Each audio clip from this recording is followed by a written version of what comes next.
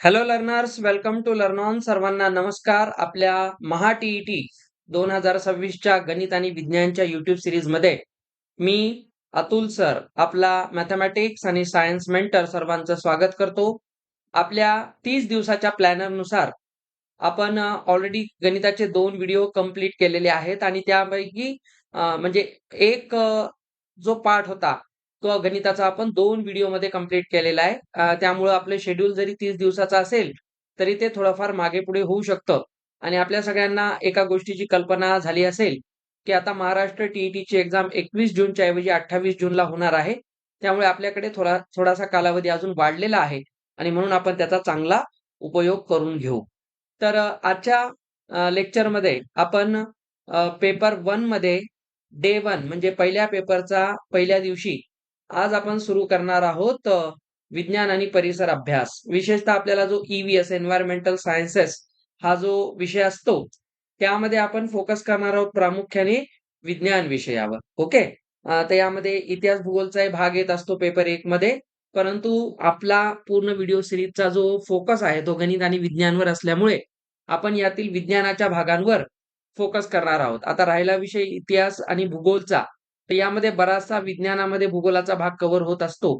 परंतु आपण एक काम करावं, इयत्ता 4थी, 5वी, 6वी, 7वी आणि 8वी पर्यंतची परिसर अभ्यास आणि विज्ञानाची आपली बालभारतीची पुस्तके आणि शक्य झाल्यास सी पुस्तके एकदा वाचावीत, जेणेकरून आपल्याला त्या विषयांचा थोडासा अभ्यास नक्कीच होईल. आपल्या पोर्टलवर मी आपल्याला काही पेपर्स सगळ्या विषयांचे देखील अवेलेबल करून देणार आहे. लेक्चर जरी आपण गणित आणि विज्ञानचे घेत असू, तरी पेपर आणि सराव प्रश्न मी तुम्हाला ॲपमध्ये सर्व विषयांचा देणार आहे. तर ॲपबद्दल मी तुम्हाला उद्या एक सेपरेट व्हिडिओ करून माहिती देईल. दररोज सकाळी 9 वाजता आणि दुपारी साधारणतः 2 वाजता आपल्याला व्हिडिओ मिळतील. 4 वाजता आपल्याला 2 दररोज व्हिडिओ मिळतील आणि रोजच्या रोज ते पाहायचे आहेत. तर आपण आज सुरुवात करणार आहोत आपल्या पहिल्या दिवसाच्या विज्ञानाचा पोर्शन आणि या स्लाईडपासून आपण एक काम करणार आहोत. आपण प्रश्न पाहणार आहोत 20 आणि त्या 20 प्रश्नामध्ये अ, प्रत्येक प्रश्नाचे जे 4 ऑप्शन आहेत, त्या ऑप्शनमधून आपण थिअरी शिकणार आहोत. म्हणजे सुरुवातीला थिअरी आणि मग प्रश्न करत बसलो तर आपला खूप जास्त वेळ वाया जाईल. म्हणून आपण एक काम करूया, 4 ऑप्शन्सला देखील आपण थिअरीच्या पार्टमध्ये समजून घेऊया. तर आपला आजचा जो प्रामुख्याने घटक असणार आहे न्यूटनचे गतिविषयक 3 नियम आहेत. पदार्थांचे अवस्थांतर आहे. म्हणजे पदार्थ एका रूपातून दुसऱ्या रूपामध्ये कसा रूपांतरित होत असतो. त्यानंतर बाष्पीभवन आणि मानवी शरीर. तर जी महाराष्ट्र टी-ई-टीची 2025 ची एक्झाम होती, त्यामध्ये ज्या पद्धतीचे प्रश्न आलेले त्यावर आधारित आपण या अभ्यासक्रमाचं एनालिसिस केलेलं आहे. तर चला सुरुवात करूया. तत्पूर्वी व्हिडिओला लाईक करा, लिंक शेअर करा, चॅनल सबस्क्राईब करा, बेल आयकॉन प्रेस करा आणि दररोज नोटिफिकेशन आल्यानंतर व्हिडिओ पाहत चला. ओके. तर आता आपला जो फोकस असणार आहे, एक-एक प्रश्न स्क्रीनवर आपण दाखवू आणि त्याच्या 4ही ऑप्शनची थिअरी समजून घेऊ. व्यवस्थित समजून घ्यायचं आहे, काही अवघड नाही. आणि ज्या प्रश्नाची उत्तरं तुम्हाला येतात, त्याला व्हिडिओ पॉज करून स्वतः पाहत चला. जसा आता इथे पहिला प्रश्न आहे, महाराष्ट्र टी-ई-टीचा हा पी-वाय-क्यू आहे. पी-वाय-क्यूचा अर्थ आपल्याला माहिती आहे पास्ट इयर क्वेश्चन. हा अगोदर आलेला प्रश्न आहे. जसं इथे विचारलेलं आहे, अग्निबाणाचे ज्याला आपण रॉकेट म्हणतो, उड्डाण हे न्यूटनच्या गतिविषयक कोणत्या नियमावर आधारित आहे? ठीक आहे. आपल्या सगळ्यांना माहिती आहे जे रॉकेट असतं, रॉकेट हे कोणत्या तत्वावर वर जातं पृथ्वीच्या गुरुत्वाकर्षण कक्षाच्या. आपल्या सगळ्यांना माहिती आहे, की पृथ्वीचं गुरुत्वाकर्षण हे नेहमी कोणत्याही वस्तूला स्वतःच्या केंद्राकडे आकर्षित करत असतं आणि त्यालाच आपण स्मॉल जी म्हणतो ग्रॅव्हिटेशनल ॲक्सेलरेशन. ह्यालाच आपण गुरुत्व त्वरण असं म्हणतो मराठीमध्ये आणि ह्याची व्हॅल्यू आपल्याला माहिती आहे सगळ्यांना 9.8 मीटर पर सेकंड वर्ग किंवा मीटर पर सेकंडचा स्क्वेअर असतो. यालाच आपण कधी-कधी परीक्षेमध्ये 10 पण मानत असतो. ठीक आहे. आता हे 1 ते 5 च्या सिलेबसवर किंवा साधारणतः 8वी पर्यंतच्या सिलेबसचा भाग असल्यामुळे काही गोष्टी तुम्हाला बेसिक लेव्हललाच लक्षात ठेवायच्या आहेत. आता इथे मुख्य जे विचारलेले आहे, अग्निबाणाचे उड्डाण. आता काय होत असेल, की अग्निबाण जेव्हा वर जाण्याचा प्रयत्न करतं, उडण्याचा, त्यावेळेस गुरुत्वाकर्षण काय करत असेल, त्या अग्निबाणाला आपल्या केंद्राच्या दिशेने आकर्षित करण्याचा प्रयत्न करत असेल. म्हणजे इथं काय होत आहे, की अग्निबाणावर पृथ्वी काय करत आहे? क्रियाबल लावत आहे आणि त्याच वेळेस अग्निबाण काय करत आहे? प्रतिक्रियाबल म्हणून वर जाण्याचा प्रयत्न करत आहे. म्हणजे या डायरेक्शनला फोर्स असेल अग्निबाणाचा F1, बल असेल त्याचं F1 आणि इकडे असेल F2. तर आपल्याला माहिती आहे F1 आणि F2 हे क्रियाबल आणि प्रतिक्रियाबल समान मापाचे असतात, समान मूल्याचे असतात, पण त्यांच्या दिशा विरुद्ध असतात. तर भौतिकशास्त्रामध्ये जेव्हा निगेटिव्ह साइन दिसतं, त्याचा अर्थ काय असतो? निगेटिव्ह साइनचा स्पष्ट अर्थ असतो विरुद्ध दिशा. फिजिक्समध्ये निगेटिव्हचा अर्थ विरुद्ध दिशा हे नेहमी लक्षात ठेवायचं आहे. ओके. आणि म्हणून आता क्रियाबल आहे. हे जर बल F1 ला क्रियाबल म्हटलं आपण, तर F2 काय असेल? प्रतिक्रियाबल असेल. क्रियाबल आणि प्रतिक्रियाबल यांची परिमाणे समान असतात, परंतु दिशा भिन्न असतात. यालाच आपण न्यूटनचा गतिविषयक तिसरा नियम म्हणतो. म्हणून आपल्या या प्रश्नाचं उत्तर काय असायला पाहिजे? आता इथे तुम्हाला डिस्ट्रॅक्टर दिलेले आहेत. आता इथे तुम्ही गुरुत्वाकर्षणाचा नियम म्हणाल, ठीक आहे. परंतु न्यूटनचे गतिविषयक आपल्याला 3 नियम माहीत असतात. तर तो गुरुत्वाकर्षणाचा नियम हा न्यूटनचा नियम नाहीये. तो गतिविषयक नियम नाहीये. हे लक्षात ठेवा. पहिला नियम ज्याला आता आपण पुढे ऑप्शनमध्ये पाहू. तर आपलं उत्तर असायला पाहिजे ऑप्शन क्रमांक 3. तिसरा नियम, ठीक आहे. तर बघा पुढच्या स्लाइडवर मी तुम्हाला प्रत्येक ऑप्शनला इथे थोडंसं एक्सप्लेन केलेलं आहे. तर त्यावरही आपल्याला फोकस करायचा आहे. जसं या ठिकाणी तुम्ही पाहू शकता, अचूक उत्तर आहे तिसरा नियम. प्रत्येक क्रियाबलास म्हणजे ॲक्शनला समान परिमाणाचे व विरुद्ध दिशेने कार्य करणारे एक रिॲक्शन म्हणजे प्रतिक्रिया बल असते. ओके. आपण यावरच बोललोय. बघा F action is equal to negative of F reaction. क्रियाबल आणि प्रतिक्रियाबल आणि निगेटिव्हचा अर्थ विरुद्ध दिशा. आणि आता आपण हेच पाहिलं होतं क्रियाबल विरुद्ध प्रतिक्रियाबल यांच्या दिशा पहा विरुद्ध आहेत. एक बाण वर आहे, एक बाण खाली आहे. आता चारही पर्यायांना समजून घेऊ. न्यूटनचा पहिला नियम काय सांगतो? मी तुम्हाला ऑलरेडी सांगितलं मी पर्याय आणि प्रश्नातून तुम्हाला थिअरी पण शिकवेल. ठीक आहे? तर आपण ॲट अ टाईम सगळ्या गोष्टी शिकू. मी तुम्हाला धडे शिकवत बसणार नाही. पण तुम्हाला क्वेश्चन मधून कॉन्सेप्ट क्लिअर झाल्या पाहिजे. तसा आता पहिला नियम आहे त्याला आपण जडत्वाचा नियम म्हणतो. आपल्याला माहिती आहे कोणतीही वस्तू स्वतःहून आपली अवस्था बदलत नाही. जडत्वाचा अर्थच असतो इनर्शिया. ठीक आहे. एखादी वस्तू आपली जी अवस्था आहे, ती स्वतःहून केव्हाही बदलत नाही. यालाच जडत्वाचा नियम म्हणतात. ठीक आहे. म्हणजे एखादी स्थिर वस्तू जोपर्यंत आपण एखादं बाह्य असंतुलित बल लावत नाही, ती आपली दिशा बदलत नाही. किंवा एखादी गतिमान वस्तू जोपर्यंत आपण ब्रेक मारत नाही, तोपर्यंत ती थांबत नाही. म्हणजे स्वतःहून कोणी आपल्या अवस्थेला बदलण्याचा प्रयत्न करत नाही. म्हणून इथं असं म्हटलेलं आहे, "until and unless unbalanced external force is applied, object does not change it's position." Okay. तर ह्यालाच आपण पहिला नियम म्हणतो. याचा अर्थ न्यूटनचा जो पहिला नियम आहे त्यानुसार तर रॉकेट काम करत नाही. सतरंजी झटकल्यानंतर धूळ बाजूला पडणे हे पण उदाहरण आहे. आता मी तुम्हाला काही इथे गोष्टी सांगेलच. उदाहरणं पण दिली आहेत. दुसरा नियम आहे संवेगाचा नियम. संवेग म्हणजे काय? कधी लक्षात ठेवा कुठल्याही संवेगाला आपण म्हणतो force is equal to mass into acceleration. बल बरोबर वस्तुमान गुणिले त्वरण. मग एमचा अर्थ मास म्हणजे वस्तुमान. तर एमचा अर्थ सगळ्यांना माहिती असेल वस्तुमान. आता हे काय असतं? The amount of matter in any body. एखाद्या वस्तूमध्ये जो द्रव्य संचय असतो त्याला त्या वस्तूचं वस्तुमान म्हणतात. आता हा पेन ज्या मटेरियलने बनलाय त्याचं जेवढं अमाउंट आहे या पेनमध्ये हे या पेनचं काय झालं? वस्तुमान झालं. आलं लक्षात?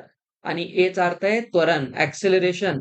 वेग बदलाच्या दराला त्वरण म्हणतो. एखादा ऑब्जेक्ट, एखादी वस्तू, पदार्थ आपला वेग कोणत्या वेळेनुसार, दरानुसार बदलतं, त्याला वस्तूचं त्वरण म्हणतात.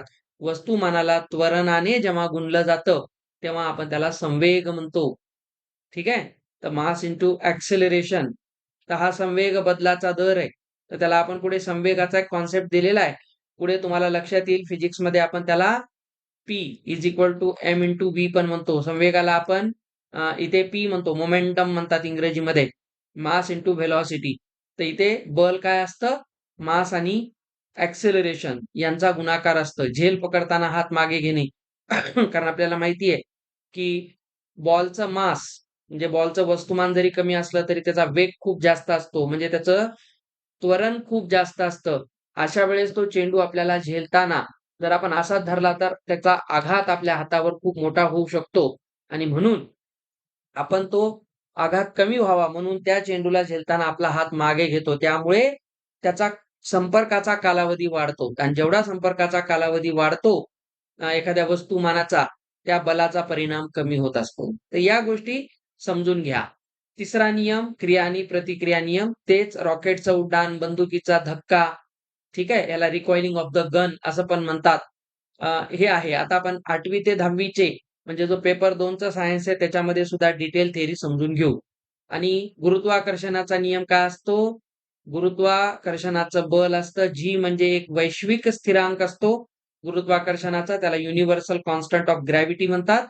आणि इथे लिहितात वस्तुमानांचा गुणाकार M1 इंटू M2 दोन वस्तूच्या वस्तुमानांचा गुणाकार आणि त्या दोन वस्तूच्या केंद्रातील अंतराचा वर्ग. याला ते व्यस्तानुपाती असतं. व्यस्तानुपातीचा अर्थ काय? की लक्षात घ्या. टेन्शन घेऊ नका. मी पूर्ण थिअरी डिटेलमध्ये सांगेन. भले आपल्याला 2 व्हिडिओ करावे लागले तरी चालतील. पण आपण कन्सेप्ट पूर्ण समजून घेऊ. पुन्हा ही शिकण्याची संधी भेटणार नाही किंवा रिवाईज करण्याची संधी भेटणार नाही.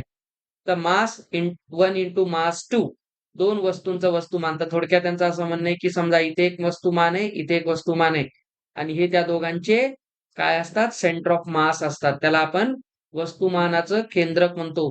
कुठल्याही पदार्थाचं पूर्ण वस्तुमान त्याच्या एका बिंदूमध्ये एकवटलेलं असतं. त्याला त्याचा आपण म्हणतो वस्तुमानाचा मध्य. ठीक आहे. त्याला ॲक्चुअली सेंटर ऑफ मास पण म्हणतात.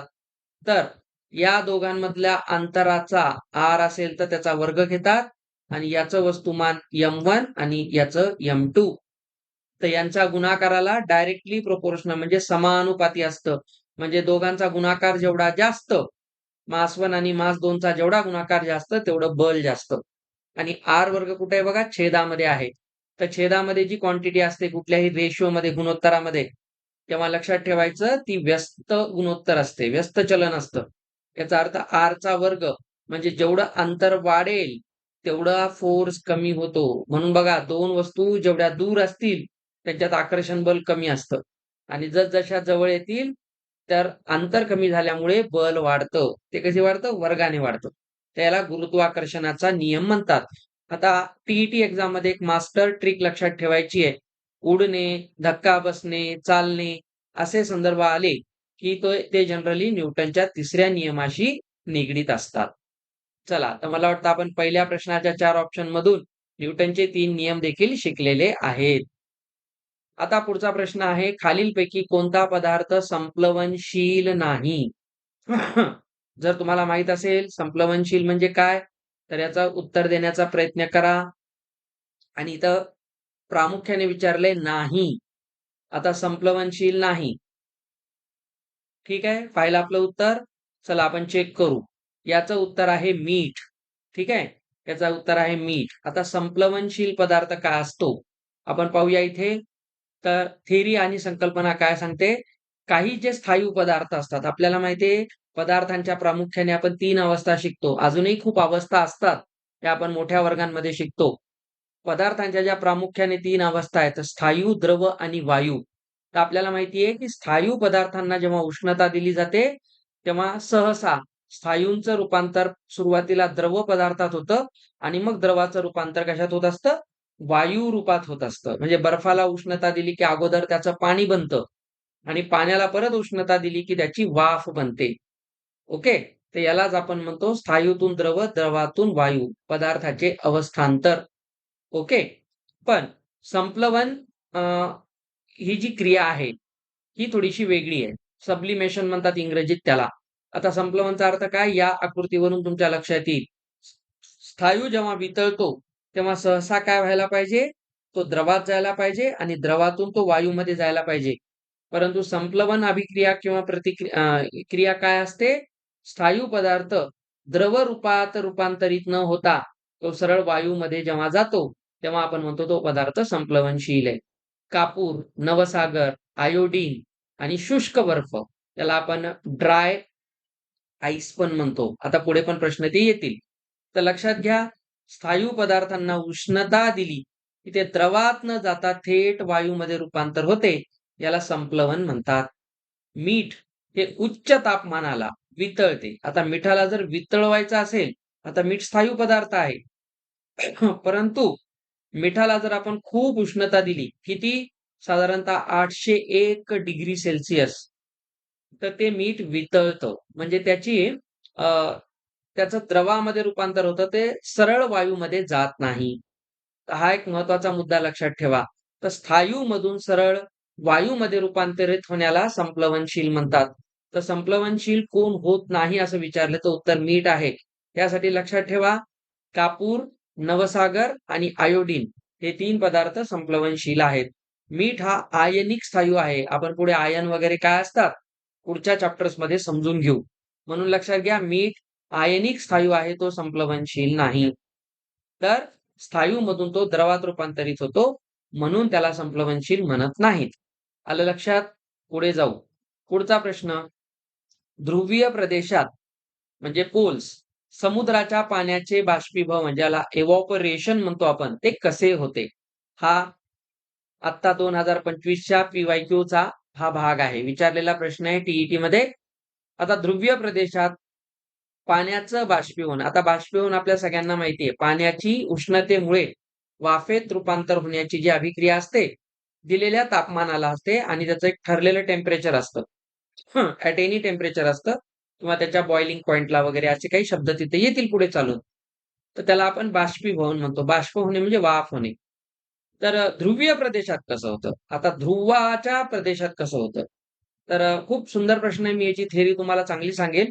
जसं इथं म्हणतात अतिशय वेगाने, अतिशय संथ गतीने, मध्यम गतीने आणि बाष्पीभवन होतच नाही.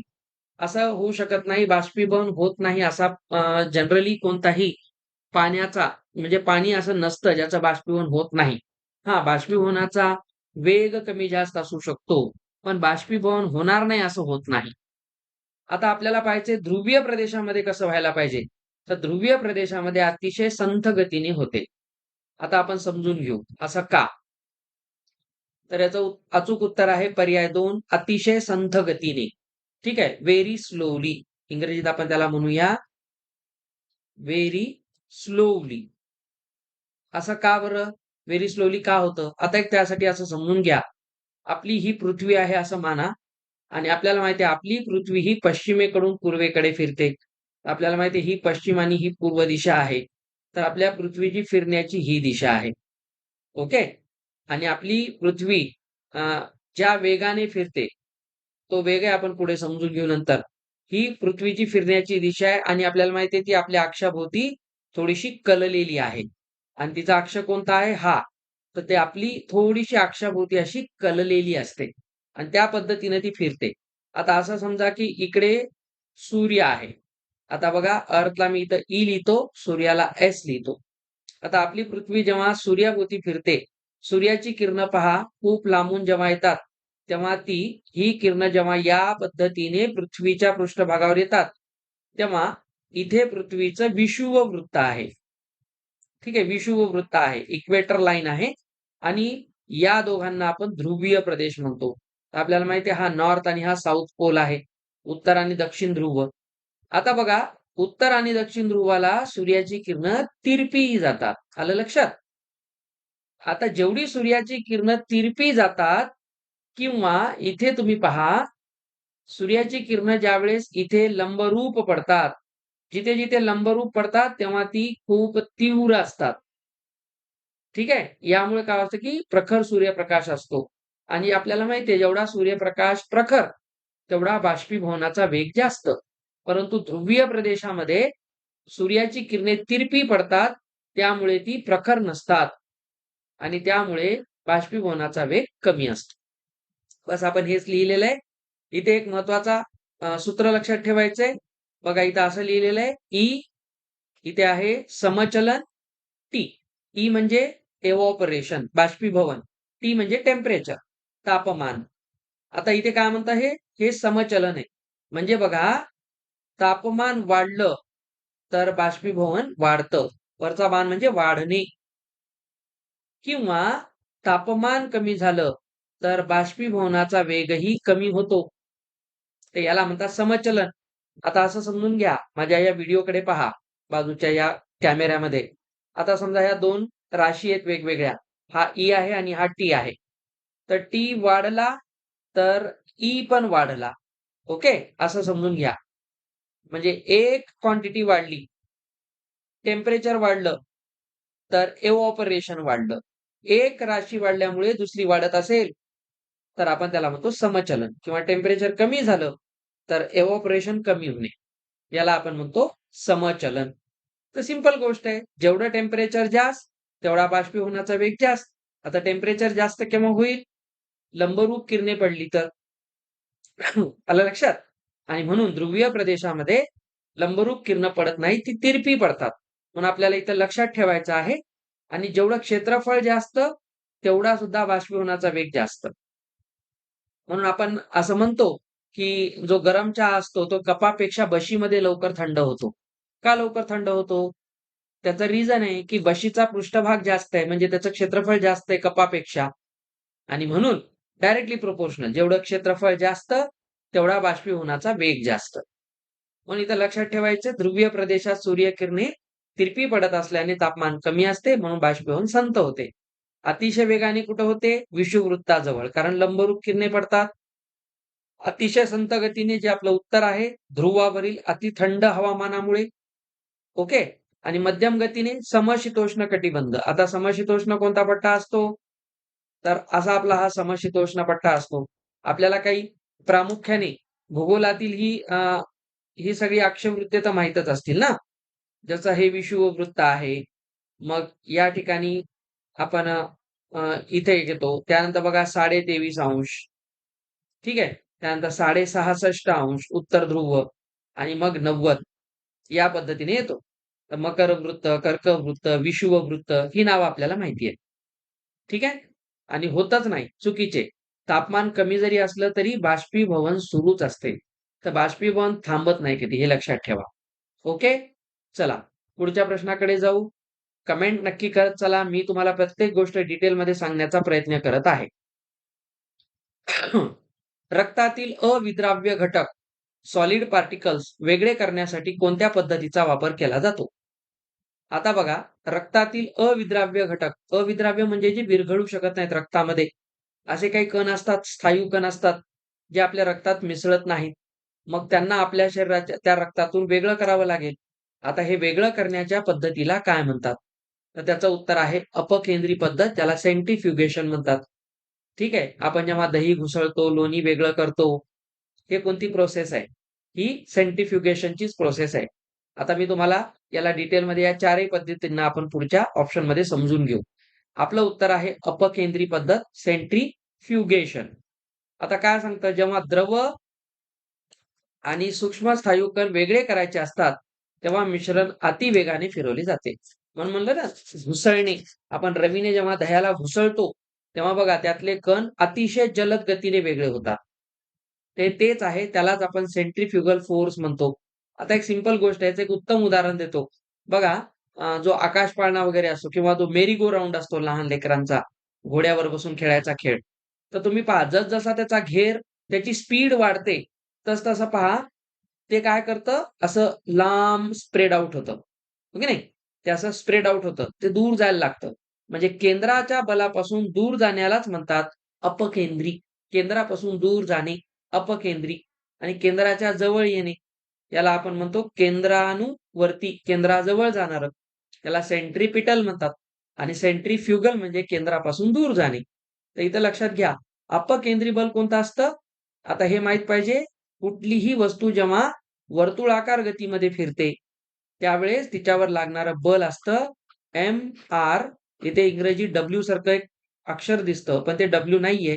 याला ग्रीक लेटर आहे हे डब्ल्यू सारखं. याला आपण वाचतो ओमेगा. ठीक आहे? एक लेटर आहे आणि त्याचा इथं असतो वर्ग. तर ही काय असते? ही असते वर्तुळाकार गती, घूर्णन गती. ही गती आहे. ही व्हेलॉसिटी आहे, स्पीड आहे. हा वेग आहे. घूर्णन म्हणजे याला आपण म्हणू वर्तुळाकार वेग आहे. आर काय आहे? अंतर, त्रिज्या आणि एम काय आहे? मास, वस्तुमान. तर तुम्हाला जर कधी विचारलं सेंट्रिफ्युगल फोर्स, अपकेंद्री बल काय असतं?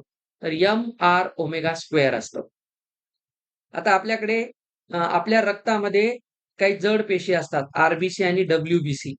लाल रक्तपेशी आणि पांढऱ्या रक्तपेशी या तळाशी जमा होतात. कारण त्या स्थायू आहेत, त्या जाड आहेत. आणि हलका जो प्लाझ्मा असतो, प्लेटलेट्स वगैरे आपल्याला माहिती आहेत. तर तो प्लाझ्माचा एक भाग असतो. तो वर राहतो आणि म्हणजे बघा, द्रव पदार्थ, प्लाझ्मा आणि अजून कोण आहे? अ, स्थायू कण आर-बी-सी आणि डब्ल्यू-बी-सीचे. हे 2 विलग झाले, वेगळे झाले. याला अपकेंद्री पद्धत म्हणतात. ऊर्ध्वपातन काय? ज्यांचे 2 वेगवेगळे उत्कलन बिंदू आहेत. उत्कलनचा अर्थ काय आहे? ज्याला आपण बॉइलिंग पॉइंट म्हणतो. उकळण्याचं तापमान. बिंदूचा अर्थ तापमान. लक्षात ठेवा. 2 वेगवेगळे ज्याचे उत्कलन बिंदू असतात, बॉइलिंग पॉइंट्स असतात, अशा पदार्थांना वेगळं करण्याच्या प्रोसेसला ऊर्ध्वपातन म्हणतात. डिस्टिलेशन म्हणतात इंग्रजीमध्ये. आपण ज्याला डिस्टिल्ड वॉटर वगैरे म्हणतो ते ऊर्ध्वपातन प्रोसेस असते. बाष्पीभवन, समुद्रातून मीठ काढण्यासाठी. बाष्पीभवन आपण आत्ताच पाहिलं, इव्हॅपोरेशन. अपकेंद्री पद्धत रक्त तपासणी, वॉशिंग मशीनमध्ये कपडे पिळणे यासाठी जी पद्धत आहे, म्हणजे केंद्रापासून दूर 2 द्रवापासून स्थायूला वेगळी करण्याची पद्धत. गाळण पद्धत चहापत्तीसारख्या मोठ्या कणांसाठी. गाळण्याने काय करतो आपण? बारीक कण गाळून घेतो आणि जाड कण नको असलेले वरच ठेवतो सरफेसवर. तर मला वाटतं या 4 तुम्हाला पद्धती लक्षात आल्या असतील. चला पुढे जाऊ आपण. पुढचा प्रश्न आहे डॉट्स ही मोफत उपचार पद्धती कोणत्या आजारावर वापरतात? ठीक आहे. आता सगळ्यांना माहीत असेल डॉट्स हा टीईटीचा पीवायक्यू आहे. तर डॉट्स ही पद्धत क्षयरोगासाठी, टीबीसाठी वापरतात. तर आपलं उत्तर आहे ऑप्शन 3. आपण मलेरिया, कर्करोग, क्षयरोग आणि मधुमेह यांची माहिती सहसा आपल्याला असते तरी थोडक्यात पाहून घेऊ. आता डॉट्सचा अर्थ असतो directly observed treatment short course. ठीक आहे. Directly observed treatment short course. परीक्षेत विचारू शकतात, माहिती असावं. आता हा काय आहे? मायकोबॅक्टेरियम ट्युबरक्युलोसिस हा एक जीवाणू असतो. त्याचं नाव आहे मायकोबॅक्टेरियम ट्युबरक्युलोसिस, टीबी. ज्याला आपण टीबीचा आजार म्हणतो. खूप जास्त खोकला येतो त्यामध्ये. तर एक जीवाणू आहे, बॅक्टेरिया आहे ज्याचं नाव मायकोबॅक्टेरियम ट्युबरक्युलोसिस. हा तो आजार आहे. या जीवाणूमुळे होणारा आजार आहे. आणि आपल्याला माहिती आहे लहानपणी जे आपण वेगवेगळे लसीकरण केलं जातं लहान बाळांचं. आपण लहान असताना आपल्या इथे लसीकरण झालेलं आहे. बीसीजीची लस म्हणतो आपण त्याला. तर याच लसीला बॅसिलियस कॅलमेट ग्युरिन असं म्हणतात. तर ही जी लस आहे, ती लहानपणी दिली जाते. आता यात 4 ऑप्शन आहेत. मलेरिया. सगळ्यांना माहिती आहे मलेरिया म्हणजे हिवताप. डासांमुळे होतो. आपल्याला माहिती आहे एनाफिलीस नावाची डासाची मादी चावल्यानंतर, तिने डंख मारल्यानंतर मलेरिया होतो. त्यासाठी आपण क्लोरोक्विनची गोळी घेतो. ठीक आहे. तर क्लोरोक्विनची गोळी घेऊन आपण हिवताप टाळा म्हणतो. कर्करोग, कॅन्सर. कॅन्सर याचा अर्थ कर्करोगचा अर्थ असतो पेशींची अनियंत्रित वाढ. ठीक आहे. आता पेशी ज्या पद्धतीने वाढायला पाहिजे नैसर्गिक दृष्टीने, तर त्यांची आपल्या शरीराचं नियंत्रण असतं पेशींच्या वाढीवर. परंतु कधी-कधी काय होतं पेशींची वाढ ही अनियंत्रित पद्धतीने होते. म्हणजे पेशींच्या वाढीला कुठलंच नियंत्रण राहत नाही. तर अशा अनियंत्रित वाढीलाच आपण कॅन्सर म्हणतो. त्यासाठी आपण कोबाल्ट-60 नावाची रेडिओथेरपी करतो. आपल्या सर्वांना माहिती आहे, कॅन्सरचा इलाज करत असताना रेडिएशन दिलं जातं. आता हे रेडिएशन कशाचं असतं? कोबाल्ट-60चं असतं. आपण पुढच्या थेअरीमध्ये या सगळ्यांची माहिती घेणार आहोत. त्यानंतर आहे क्षयरोग, जे आपल्या या प्रश्नाचं उत्तर आहे. डॉट्स प्रणाली वापरतात. Directly observed treatment short course. ही WHO प्रमाणित केलेली पद्धत आहे. वर्ल्ड हेल्थ ऑर्गनायझेशन, जागतिक आरोग्य संघटनेने प्रमाणित केलेली ही पद्धत आहे. त्यानंतर आहे मधुमेह. ठीक आहे. मधुमेह. तर डायबिटीज. तर आपल्याला माहिती आहे आपलं जे पॅनक्रियाज असतात, स्वादुपिंड असतात, त्यातून इन्सुलिन नावाचा एक काय असतो संप्रेरक असतो. त्याच्या स्त्रवण्याने आपल्याला इन्सुलिन म्हणजे इन्सुलिनचा जर स्त्राव आपल्या स्वादुपिंडातून झाला, तर आपल्याला डायबिटीज होत नाही. परंतु इन्सुलिन कधी-कधी नैसर्गिकरित्या आपल्या शरीरामध्ये तयार होत नाही. त्यावेळेस मधुमेह म्हणजे डायबिटीज होतो. तर स्वादुपिंडामध्ये हा तयार होत असतो. या थेअरीतूनही तुमच्या बऱ्याचशा कॉन्सेप्ट क्लिअर होतील. चला, पुढचा प्रश्न आपण पाहूया. खालीलपैकी कोणत्या डासाच्या मादीमुळे डेंग्यू या आजाराचा प्रसार होतो? एनाफिलिस, एडिस इजिप्ती, क्युलेक्स आणि प्लाझ्मोडियम. काय असेल याचं उत्तर? पहा. ओके. आपल्याला विचारलेला आहे डेंग्यू. डेंग्यूचा जो आजार असतो तो एडिस इजिप्ती या डासामुळे होतो. ठीक आहे. आता ही मादी असते. आता पहा, डेंग्यू हा फ्लॅवी व्हायरसमुळे होणारा विषाणूजन्य आजार आहे. आता कधी-कधी परीक्षेत थोडासा अवघड प्रश्न कसा केला जातो? खालीलपैकी जीवाणूजन्य आजार कोणता आणि विषाणूजन्य आजार कोणता? त्यासाठी थोडंसं पुस्तक वाचावं लागेल. थेअरी 2-3 वेळा वाचली तर लक्षात येतं. तर हा जो आजार असतो डेंग्यूचा आजार खूप आपल्याला माहिती आहे अवघड असतो. बऱ्याच वेळा मृत्यू होतात त्यामध्ये. तर एडिस इजिप्ती नावाचा एक डासाची मादी आहे. ती या विषाणूला आपल्या शरीरामध्ये कॅरी करते. तर या आजारात काय होत असतं आपल्या शरीरातल्या ज्या रक्तबिंबिका ज्याला आपण प्लेटलेट्स म्हणतो. ठीक आहे. पिवळ्या रंगाच्या असतात त्या. या वेगाने कमी होतात. म्हणून बघा डेंग्यूच्या आजारामध्ये प्लेटलेट्स मलेरियापासून मलेरिया, मग विषम ज्वर, मग डेंग्यू असं या पद्धतीने काय होत असतं, ते वाढत जातं पुढं. आणि प्लेटलेट्सची संख्या एवढ्या वेगाने कमी होते, त्यामुळे बऱ्याच वेळा प्लेटलेट्स आपल्या शरीरातल्या कमी झाल्या, तर मृत्यूची संभावना जास्त असते. म्हणून या एडिस इजिप्ती नावाच्या डासाच्या मादीमुळे या विषाणूचा ज्याचं नाव फ्लॅवी व्हायरस आहे, त्याचा प्रसार होतो. एनाफिलिस आपल्याला माहिती आहे हिवतापासाठी ही कारणीभूत असते, मलेरियासाठी. स्वच्छ साचलेल्या पाण्यामध्ये म्हणजे ही आता ह्याची वाढ वगैरे होत असते. एडिस इजिप्ती त्यामुळे डेंग्यू, चिकनगुनिया. चिकनगुनिया आपल्या सगळ्यांना माहिती आहे खूप हाडं दुखायची बघा, सांधेदुखीचा तो प्रकार होतो. आणि आता एक झिका व्हायरस म्हणून पण मधल्या काळात आला होता. तर हे सगळे एडिस इजिप्तीमुळेच होतात. क्युलेक्स हत्ती रोग असतो. ठीक आहे. हत्ती रोग म्हणजे माहिती आहे पाय असे हत्तीसारखे मोठे होतात. तर हत्ती रोग पसरवणारी म्हणजे हा डास आहे क्युलेक्स आणि प्लाझ्मोडियम. प्लाझ्मोडियम हा डास नाहीये. तर तो एक प्रोटोझोआ आहे. प्रोटोझोआ म्हणजे आदिजीव म्हणतात त्याला. आदिजीवचा सिम्पली अर्थ आहे, की आपण जे काही वर्गीकरण केलेलं आहे सजीवांचं, त्यामध्ये जो सगळ्यात पहिला गट असतो त्याला प्रोटेस्टा आपण म्हणतो. तर प्रोटोझोआ म्हणजे अगदी सुरुवातीच्या काळातले. म्हणून त्याचं नाव आदिजीव आहे. आदिजीव म्हणजे सर्वात अगोदर आलेला जीव. ठीक आहे. तर हा मलेरिया निर्माण करतो. ही मादी आहे आणि हा तो डास नसून आदिजीव आहे. नेक्स्ट. मानवी शरीरातील कोपर आणि गुडघा यामध्ये कोणत्या प्रकारचा सांधा असतो? तर सरकता सांधा, उखळीचा सांधा, अचल सांधा, बिजागिरीचा सांधा. आता बघा कोपर आपल्या कोपरामध्ये या ठिकाणी बघा हा बघा 180 अंशातच होत असतो ना, तर हा कोणता सांधा आहे? तर बघा हा सांधा आपल्या एखाद्या जर तुम्ही नीट पाहिलं तर दारासारखा. आता दार जसं पहा, आपण जेव्हा चालू बंद करतो त्या दाराची जी चौकट असते, चौकटीच्या एका बाजूलाच तो ओपन होतो. असा दार असं पूर्ण 360 अंशामध्ये फिरत नाही. तर जेव्हा एकाच दिशेला दार चालू बंद होण्याची जी प्रोसेस असते, तसं आपलं हाड फक्त एकाच दिशेने तुम्ही इकडे चेक करा.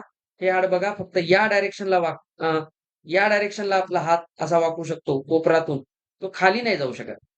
तर असा जो सांधा असतो, जो एकाच दिशेला मूव्हमेंट करतो, त्याला बिजागरीचा सांधा म्हणतात. आपलं उत्तर आहे बिजागरीचा सांधा. गुडघ्यातही तसंच असतं. म्हणून पहा 2 हाडे जोडणाऱ्या भागाला आपण सांधा म्हणतो. आपल्या कोपऱ्याची हालचाल एकाच दिशेने होते. आपला कोपरा या पद्धतीने बायसेप्स, ट्रायसेप्स जे म्हणतात, ते हेच असतात. द्विशिरस्क, त्रिशिरस्क स्नायू. मग तो जास्तीत जास्त इथपर्यंत जाऊ शकतो, खाली जाऊ शकत नाही. तर सरकता सांधा, मनगट आणि घोटा. आपला हा मनगट आहे बघा मनगट. हे असा-असा सरकतो की नाही म्हणजे सांधे एकावर एक सरकतात. हाडे घसरतात बघा तुम्ही इथं हात ठेवून करून पहा. हळू करा. उकळीचा सांधा, खांदा आणि खुबा. उखळमध्ये जसं बघा ते असं फिरतं पूर्ण. तर बघा हे पण फिरतं. खांदा आणि खुबा. तर इथला आपला हात असा पूर्ण फिरतो ना, बॉलरचा हात जसा फिरतो. तर तो 360 अंशामध्ये म्हणजे एका वर्तुळाकार पूर्ण तो फिरतो. त्याला उकळीचा सांधा म्हणतात. अचल सांधा, ही सांधे हलत नाहीत. त्यांची कोणतीही हालचाल होत नाही. त्याला आपण सिनेस्थ्रॉसिस म्हणतो. कवटीची हाडे, ती आपण हलवू शकत नाही आणि बिजागरीचा सांधा कोपरा आणि गुडघ्यामध्ये असतं. त्यानंतर आहे आईस्क्रीम तयार करण्यासाठी आणि थंड ठेवण्यासाठी शुष्क बर्फ वापरला जातो. तर शुष्क बर्फ म्हणजे नक्की काय? महा-टी-ई-टीचा प्रश्न आहे. आता शुष्क बर्फ ज्याला आपण घनरूप ऑक्सिजन, घनरूप कार्बन डायऑक्साइड, द्रवरूप नायट्रोजन किंवा द्रवरूप हायड्रोजन. तर याचं उत्तर आहे सॉलिडिफाईड कार्बन डायऑक्साइड, घनरूप कार्बन डायऑक्साइड. समजून घेऊ आपण. तर लक्षात घ्या, जेव्हा कार्बन डायऑक्साईड जेव्हा वायू रूपात असतो, CO2 जेव्हा गॅस असतो, त्या गॅसवर जेव्हा आपण उच्च दाब देतो, जसं आपल्या सिलेंडरच्या गॅसला आपण उच्च दाबाखाली ठेवलेलं असतं. तसंच लक्षात ठेवायचं, की ज्यावेळेस कार्बन डायऑक्साईड वायूला आपण उच्च दाबात ठेवतो आणि माहीत असलं पाहिजे, दाब जेवढा वाढतो, तेवढं तापमान कमी होत असतं. म्हणून बघा या ठिकाणी तुम्ही जर पाहिलं, तर उच्च दाब असेल तेव्हा बघा टेम्परेचर -78 झालेलं आहे. तर म्हणजे बघा टेम्परेचर खूप कमी झालं कारण दाब खूप वाढला. जेव्हा प्रेशर खूप वाढतं तेव्हा टेम्परेचर कमी होतं. तर या दोघांमध्ये व्यस्त चलन असतं लक्षात ठेवा. तर CO2 ला जेव्हा आपण उच्च दाबाखाली ठेवतो तेव्हा कार्बन डायऑक्साईड वायू हा वायू कशात रूपांतरित होतो? सॉलिडिफाईड कार्बन डायऑक्साईड. त्यालाच आपण शुष्क म्हणजे कोरडा बर्फ किंवा स्थायूरूप बर्फ म्हणतो, घनरूप. आणि त्याचाच यूज आपण करतो. कार्बन डायऑक्साईड अतिशय कमी तापमानाला जर गोठवला, तर तो सॉलिड बनतो. म्हणजे तो स्थायूरूप किंवा घनरूप बनतो. हा वितळल्यावर त्याचे द्रव होत नाही, थेट वायू होतो. म्हणजे संप्लवन प्रोसेस होते. आपण पहिल्या प्रश्नात पाहिलं. त्यामुळे पदार्थ ओले होत नाहीत. म्हणून आपण काय करतो? लक्षात ठेवा पदार्थांना ओलं होऊ द्यायचं नाहीये. म्हणून आईस्क्रीम तयार करताना ते घट्ट राहावं. म्हणून आपण त्याला थंड ठेवण्यासाठी हे करतो ड्राय आईस ज्याला शुष्क बर्फ म्हणतात तो वापरतो. तर घनरूप ऑक्सिजन फिकट निळ्या रंगाचा असतो. त्याला काही टिकवण्यासाठी वापरत नाहीत. आणि हे आपलं उत्तर आहे शुष्क बर्फ ज्याला ड्राय आईस म्हणतात. आणि द्रवरूप नायट्रोजन म्हणजे 196 डिग्री मायनस तापमानाला होतं. वैद्यकीय क्षेत्रामध्ये पेशी, रक्त आणि जे वीर्य असतं यांना साठवण्यासाठी याचा उपयोग होतो. आणि द्रवरूप हायड्रोजन रॉकेटमधलं इंधन असतं, ज्याला आपण क्रायोजेनिक इंजिन म्हणतो. ठीक आहे. हे एक एक तंत्रज्ञान आहे क्रायोजेनिक तंत्रज्ञान. पुढे-पुढे आपण सायन्समध्ये हे शिकणारच आहोत. तर आपलं उत्तर या ठिकाणी घनरूप कार्बन डायऑक्साईड आहे. चला प्रश्न 9वा पाहूया. बलाचं एकक, SI एकक कोणता आहे? SI एकक ज्याला आपण सिस्टीम इंटरनॅशनल म्हणतो आणि आपण फिजिक्समध्ये भौतिकशास्त्रात सगळी एककं ही SI एकक जी प्रमाणित एकक आहे त्याचाच उपयोग करतो. आता बलाचं SI एकक कोणतं आहे? सिंपल बलाचं SI एकक न्यूटन असतं आणि त्याचं सूत्र आहे force is equal to mass into acceleration. आपण सुरुवातीच्याच प्रश्नात पाहिलेलं आहे. चला एकेकाला समजून घेऊ आपण. तर बल बरोबर वस्तुमान गुणिले त्वरण, मास गुणिले ॲक्सेलरेशन. SI एकक आहे. आता तुम्हाला हे एकक कसं लिहितात हे पण समजून घ्यायचंय. तर आपल्याकडे आहे मास म्हणजे वस्तुमान. वस्तुमान कशात मोजतात? किलोग्रॅममध्ये. आणि त्वरण, ॲक्सेलरेशन त्वरण. त्वरण कशात म्हणतात? मीटर पर सेकंड स्क्वेअर. म्हणून बघा किलोग्रॅम आणि मीटर प्रति सेकंड स्क्वेअरला इथे डॉट म्हणजे गुणाकार केलेला आहे. आलं लक्षात? आणि चला हे समजत नसेल थोडं मोठं करूया याला आपण समजून घ्यायला. चला या पद्धतीने पाहू. तर किलोग्रॅम आणि मीटर पर सेकंड स्क्वेअरचा गुणाकार. किलोग्रॅम म्हणजे मास आणि ॲक्सेलरेशन मीटर पर सेकंड स्क्वेअर. यालाच न्यूटन म्हणतात. ठीक आहे. CGS एकक म्हणजे SI एकक पेक्षा थोडंसं लहान. सेंटीमीटर, ग्रॅम आणि सेकंड्समध्ये पाहतात त्याला डाइन म्हणतात. डायन नाही हां, डाइन. तर SI एकक न्यूटन आहे आणि CGS एकक डाइन आहे. हे रिलेशन पण माहीत असलं पाहिजे तुम्हाला. एका न्यूटनमध्ये 10⁵ डाइन असतात. म्हणजे 1,00,000 डाइन असतात. 1 वर 5 शून्य. तर 1 न्यूटन म्हणजे 1,00,000 डाइन. लक्षात ठेवा रिलेशन. आता जूल, जूल हे कार्याचं एकक आहे. आता जूल हे कार्याचं पण आहे आणि ऊर्जेचं पण एकक आहे. आपण पुढे-पुढे पाहू. कार्य काय असतं? बल गुणिले विस्थापन. हे पुढे नंतर पाहूच आपण. न्यूटन बलाचं एकक आहे. हे आपलं अचूक उत्तर आहे. पास्कल हे दाबाचं सूत्र आहे. Pressure, force upon area. एखाद्या क्षेत्रफळावर जेव्हा आपण फोर्स लावतो, तेव्हा आपण त्याला दाब म्हणतो. हे आपण सगळं पुढे भौतिकशास्त्रात पाहणार आहोत. वॅट शक्तीचं एकक आहे. ठीक आहे. किती किलोवॅट, किती वॅट, किती हॉर्स पॉवर हे सगळे आहेत ना, हे शक्तीचे एकक आहे. तर वर्क डिव्हायडेड बाय टाईम कार्य करण्याच्या दरास शक्ती म्हणतात. दाब काय असतं? एकक क्षेत्रफळावर लावलेलं बल म्हणजे दाब असतं. त्याचं एकक पास्कल आहे. न्यूटन काय आहे? वस्तुमान गुणिले त्वरण. हे बलाचं सूत्र आहे आणि कार्य असतं बल गुणिले विस्थापन. Force into displacement. चला आजच्या व्हिडिओतला एक लास्ट क्वेश्चन आपण पाहू. तर क्वेश्चन काय म्हणतो? हिमालयातील नद्यांना उन्हाळ्यात पूर येण्याची क्रिया कोणत्या भौतिक बदलामुळे घडते? ठीक आहे. टी-ई-टीचा प्रश्न आहे. हिमालयात उन्हाळ्यामध्ये बाष्पीभवनामुळेच होता. सिंपल आहे. ऊन लागणार आणि त्यामुळे पूर यायला सुरुवात होते कारण बर्फ वितळतो.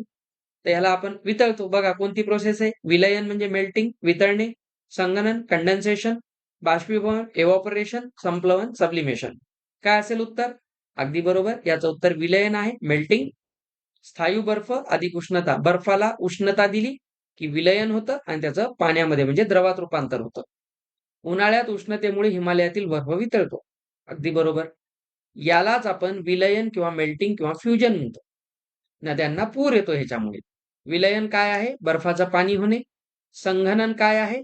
वायूचं द्रवात रूपांतर. ढगातून पाऊस कसा पडतो? आधी ढग बनतात, मग तो थंड होतात ते ढग. थंड हवा लागली की पाऊस पडतो. बाष्पीभवन, पाण्याची वाफ, द्रवाचं वायूत रूपांतर. संप्लवन, स्थायूमधून सरळ वायूमध्ये जाणे, द्रवात न जाणे, कापूर उडून जाणे. ओके. तर ही काही प्रश्न आहेत. अजूनही प्रश्न आहेत. आपण याचा दुसरा व्हिडिओ पण करू. हा मोठा व्हिडिओ झालेला आहे. तर पहा ही एक नवीन पद्धत आहे. आपण प्रश्नांमधून थेअरी पण शिकत आहोत. तर 20 प्रश्नातून जवळपास तुम्ही सगळ्या टाईपचं विज्ञान समजून घ्याल, अशी मी अपेक्षा करतो. आणि असे आपले 1 महिन्याच्या व्हिडिओत आपण सगळे चॅप्टर कव्हर करणार आहोत. व्हिडिओ आवडला असेल तर नक्की लाईक करा. खूप मेहनत लागते. आपल्या सर्वांसाठी आपण हे लेक्चर्स घेऊन आलोय. तर चॅनलला सबस्क्राईब केलं नसेल तर आधी सबस्क्राईब करा. सर्वांसोबत शेअर करा आणि परीक्षेला क्रॅक करा. पुन्हा मिळू नवीन व्हिडिओमध्ये. Till then, happy learning with learn on. Have a nice day. Good bye.